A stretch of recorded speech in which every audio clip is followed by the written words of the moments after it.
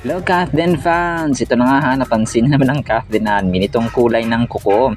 Manicure ni Ma'am Catherine mga kasombrers ay terno doon sa favorite color at saka suot na damit ni Pops Alden sa kanyang recent interview sa People Asia nga no, mga kasombrers. No, navy blue siya, sobrang dark blue mga kasombrers, and alam natin ng favorite color ni Box Office King ay blue mga kasombrers, na something related or kakulay ng blue mga kasombrers, na sobrang ng mga Cathleenatics natin mga kasombrers. And yun nga yung damit ni Pops Alden sa gym, pag-gym mga kasombrers ay navy blue din po mga kasombreros. So napagtatagpi-tagpi na mga Cathleenatics. Pero ito ha, since confirmed ni Ma'am Catherine at Sir Alden na single sila mga kasomberos, meron kasi may nagtatanong dito na kung wala na ba talagang Kathleen. Ang ano po dyan is sagot po is meron mga kasomberos and Cathleenatics, pero in secret sila.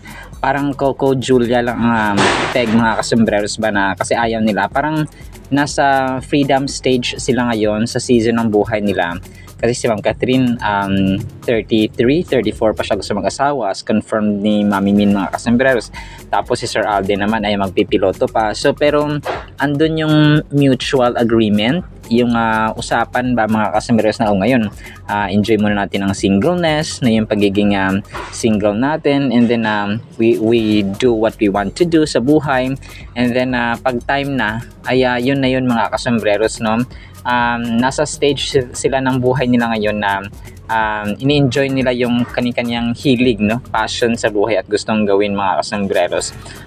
So alam natin na meron silang mutual understanding in secret, kasi di ba nung time na in-interview si Sir Alden yung Dali, ipapakilala na sana si Ma'am Catherine, tapos yun nga namatay si Lolo Danny, sad to say. Pero si Ma'am Catherine po ay andun po no 3 nights na consecutive according po sa nakakita mga kasomberos. And pero we respect yung anumang desisyon ng Kathleen mga kasomberos, kasi bilang fans ay andito kung ano nagpapasaya sa kanila ay yun din po yung ating kasiyahan mga kasomberos. Hindi tayo yung pupwersahin natin dahil gusto na natin sila maging sila, makita sa isang frame no. Wag po ganun, kasi hindi po tayo dapat nangongontrol ng tao. Kung saan sila masaya ay susuportahan natin sila mga kasomberos. And then ito may nag-post dito mga kasomberos na na isang fan, Mama Ten and Alden seem to be at the Maha event and most likely Kat is there too. So parang may nakikita daw parang event no kay Maha 9 hours ago mga kasomberos ang post na ito, pero wala pa ako makitang mga ebidensya. Pero ando na tayo no, we respect na hindi nagpapakuha ng picture si Ma'am Catherine o si Alden kay Ma'am Catherine mga kasomberos kapag mga public appearances o mga private na mga agenda mga kasomberos. We respect that yung privacy nila mga kasomberos. And then ito, makakuha pa ito mga kasomberos at saka kulitan yung Catherine dun sa kanila sa kanilang cream silk mga kasomberos no. Nakita natin talaga yung joy dito mga kasomberos no, at saka sobrang ganda niya dito sa mga kuha niya mga kasomberos. Kasama si Nadine Lustre at saka yung single siya, yung parang meet and greet na sinasabi at saka na-post mga kasomberos, and na-post ko rin nakaraan. Parang pala siya no, parang sina Ma'am Catherine nasa screen, tapos special message niya dun sa mga nanonood sa team ng Cream Silk din mga kasomberos. So parang sabi nito na happy viewing at saka enjoy, parang ganun mga kasomberos. And then sobrang cute niya tsaka sobrang ganda ng kating dito, parang Diyosa mga kasomberos. And then ito yung Conzays po ay nag-post din ng pictures no ni Ma'am Catherine mga kasomberos. And sabi dito ay you look good with proper diet and exercise, from every angle with proper diet and exercise mga sabi niya dito. And then with healthy skin and hair, with proper diet and exercise and strong immunity mga kasomberos. Sobrang ganda rin ng Catherine dito mga kasomberos sa kanyang multivitamins Conzays na patalastas or bagong teaser photos mga kasembreros.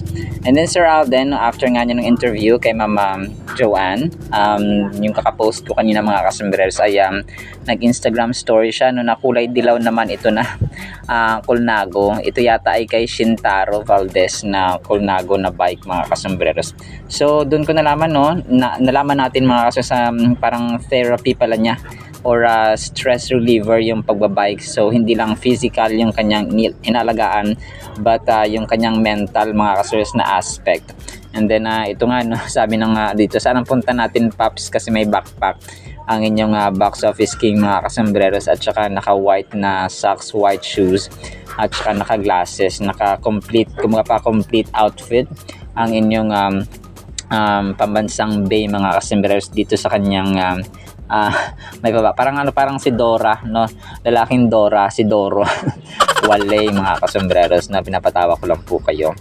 Alright, so actually sa ating Kathleen items sana po ay pahingan po natin ang Word of God and isang makulimlim na hapon mula dito sa Davao del Norte mga kasembreros and mga Kathleenatics. I love you all. At para po sa ating Word of God mga kasembreros ay sobrang ganda po nito. Sana po ay pakinggan natin. Ang title natin, Masama na Ikinabuti. Genesis 50 verses 20 to 21. But as for you, this was Joseph the dreamer speaking to his siblings mga kasembreros. You meant evil against me, but God meant it for good in order to bring it about as it is this day, to save many people alive. Now therefore do not be afraid, I will provide for you and your little ones. And he comforted them and spoke kindly to them. So nakakaiyak actually ang scenario na ito mga kasos. Alam niyo yung kwento ng Joseph the Dreamer, na si Jacob po ay may 12 na anak. So Joseph is one of his favorites mga kasembreros. Actually paborito niya talaga ito si Joseph. Kung kaya yun yung naging way na naibenta siya ng kanyang kapatid. So bilang pasimula mga kasmers, ang istorya ng buhay niya ay na-indicate po no sa Genesis chapter 37. So napakahaba ng kwentong ito, and meron siyang 10 mga kapatid mga kasembreros no. Tapos yung father nila si Jacob ay kumapa yung kanyang kakambal ay si Esau. So Joseph was the first child born to Jacob and Rachel, kasi maraming asawa si that time no, si Jacob mga kasembreros. Pero ito yung mga lessons na dapat nating matutunan sa buhay ni Jacob mga kasembreros. Number 1, God's dreams for you can make others uncomfortable. Ang nangyari kasi dito, hate na hate si Joseph ng kanyang mga kapatid.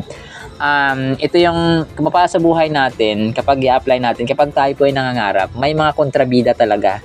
Okay? And sometimes, mga kapatid tayong inggitero, inggitera, mga kaibigan natin, yung mga friends natin sa social media, minsan sila pa yung unang manda-down sa inyo. So, hindi sila komportable na mangarap ka. No? Si Joseph kasi, no, sa pangalan pa lang Joseph the Dreamer, na naginip siya na iba pa yung mga tala, yung mga pananim nila ay nagbabow down sa kanya. So, nakita natin na very long process, kaya napakahaba ng kumapa ng taon na ginugol ni Joseph bago ma-fulfill yung kanyang kumapa yung pangarap at saka pangako ng Panginoon sa kanya. But many times in the Bible na kumaga pa ay sinasabi ng Biblia na si Joseph ay hindi talaga siya nagpadala sa temptation, and then sinamahan siya ng Panginoon mga kasembreros. Number 2, nothing stops God's plan sa ating buhay. Although Joseph's brothers tried to destroy God's plan for his life by selling him into slavery, their actions only served to cause God's plans to fall right into place.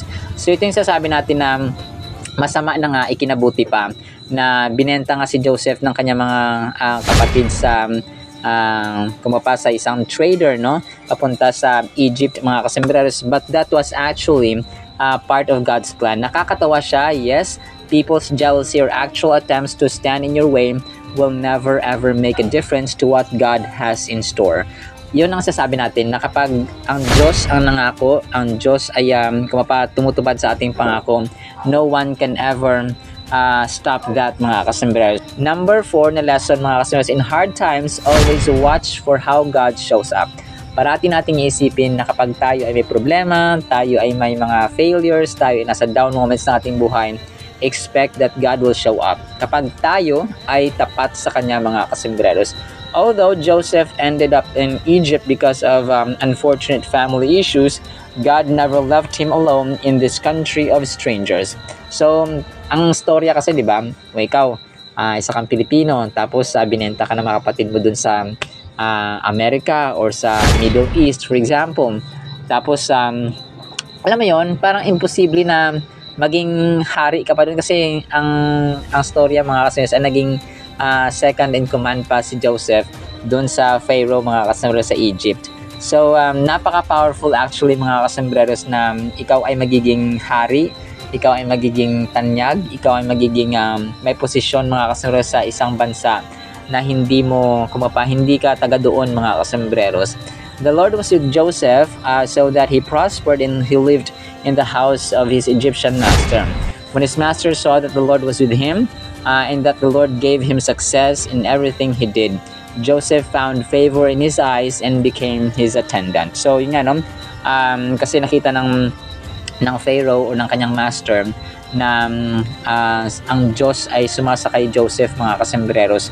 Ibig sabihin ay nakita niya yung kabaitan, yung kabaan ng loob, yung pagiging masipag, pagiging masigasig, pagiging maibigin, pagiging humble, and so on, mga kasembreros. Kasi kapag nasa iyo ang Panginoon, bibigyan kanya ng espiritu ng kabutihan, mga kasembreros. So, mabuting ugali, and in particular ay ang pagtingin sa ibang tao o ng amo mo, for example, ay positive at saka may pleasing personality. So, kung kaya siya ay naging second in command, mga kasembreros. And then next lesson is God will test you even if you are called. So, talagang proven na ito, mga kasus, na lahat tayo ay titest ng Panginoon kahit na tayo ay tinawag ng Diyos. And then the last one actually is God will push you kapag may mga people deserve second chances. So, and then the last one is trust God's process. So, always trust God's process, mga kasembreros. Si Joseph, hindi mo, kung ako yun, siguro yung ibang tao, magtatanim ng sama ng loob kasi binenta ng mga kapatid niya.